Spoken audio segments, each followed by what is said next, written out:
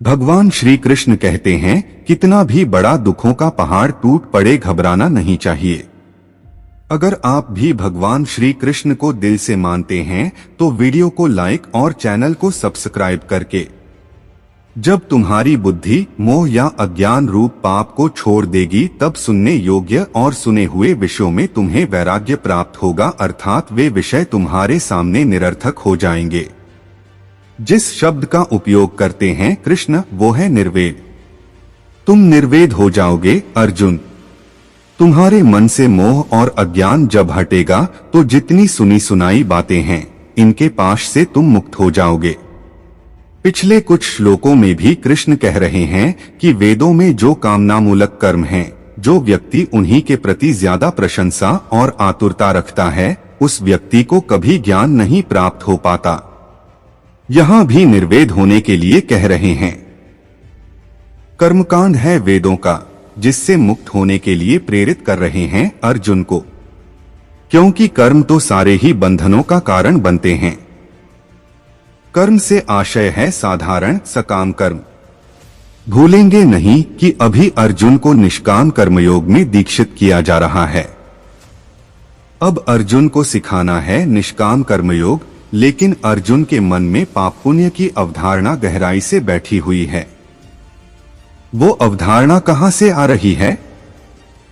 वो अवधारणा श्री कृष्ण देख पा रहे हैं कि वेदों के कर्मकांड से आ रही है, और वही जो कर्मकांड का भाग है वेदों का, वो जनसामान्य में संस्कृति बनकर प्रचलित हो गया है।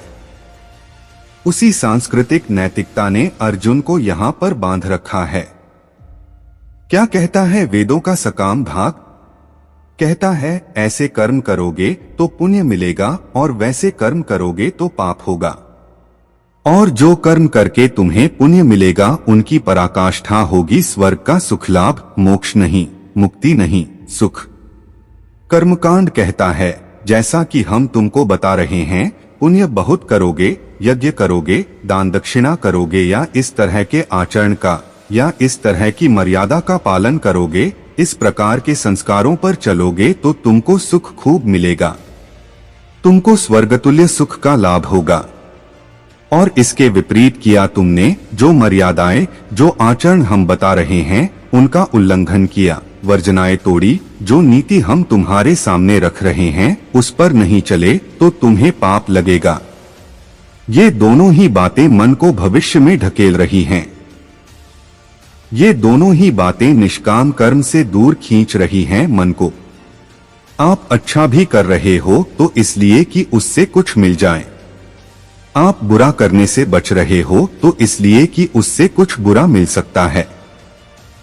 अब ये बातें साधारण नैतिकता के तल पर उपयोगी हो सकती हैं, एक सामाजिक व्यवस्था बनाए रखने में उपयोगी हो सकती हैं, पर जब विशुद्ध धार्मिकता माने आध्यात्मिकता की बात आती है तब इन बातों का कोई मूल्य नहीं है।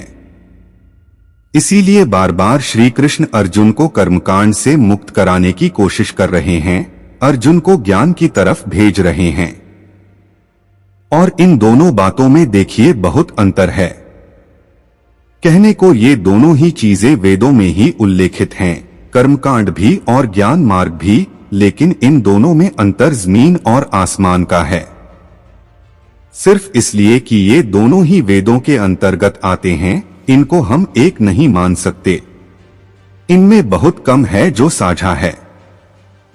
समझ में आ रही है बात?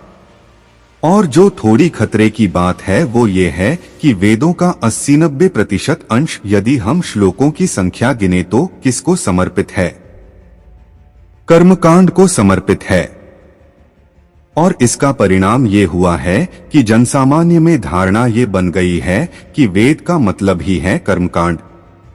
इस देवता की इस तरह उपासना करो, मंत्रोच्चार इस विधि से करना है, यज्ञ ऐसे करना है, पूजा, उपवास, व्रत आदि के विधान ये हैं। लोगों ने इसी बात को वैदिक धर्म समझ लिया है, जबकि गीता का यदि किसी ने जरा भी पाठ किया होता तो उन्हें दिखाई देता है कि वेदों के उसी अंश से खींचकर के कृष्ण अर्जुन को वेदों के ही ज्ञान खंड की ओर ले जा रहे हैं। जिसका क्या नाम है? वेदांत, जिसको उपनिषदों के रूप में प्रतिनिधित्व मिलता है और उपनिषदों का ही सार फिर गीता रूप में हमारे सामने आता है। समझ में आ रही है बात ये?